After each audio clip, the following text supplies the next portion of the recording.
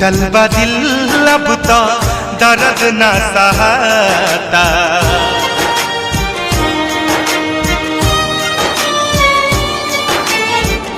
टूटल बा दिल अब तो दर्द न सहता।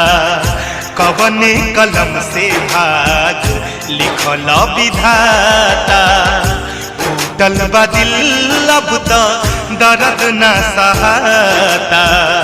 कवने कलम से भाग लिखल विधाता, टूटल बा दिल अब तो।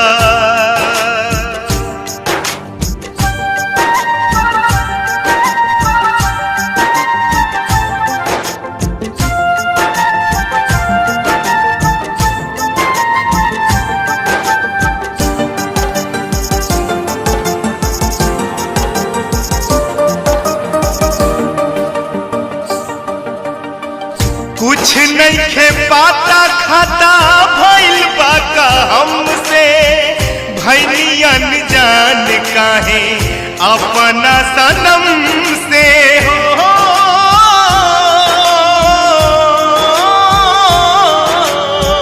कुछ नइखे पाता खाता भइल बा का हमसे, भइली अनजान काहे अपना सनम से, अपना सनम से।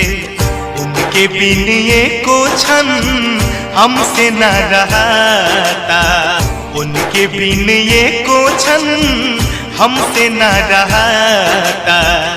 कवने कलम से भाग लिखल विधाता, टूटल बा दिल अब तो दर्द न सहता।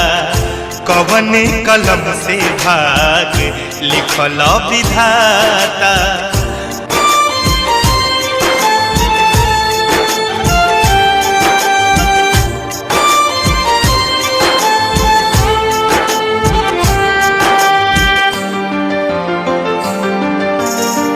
उनके सजावनी सावरनी यही हाथ हो, आज दुख पड़ला पर उहे नइखे साथ हो।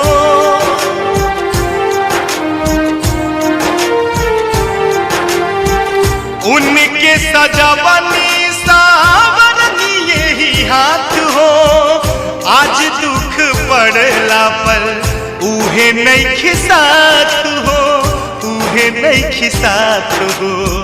दोस्त दी के कर कुछ कहलो न जाता, दोस्त दी के कर कुछ कहलो न जाता। कवना कलम से भाग लिखल विधाता, टूटल बा दिल अब तो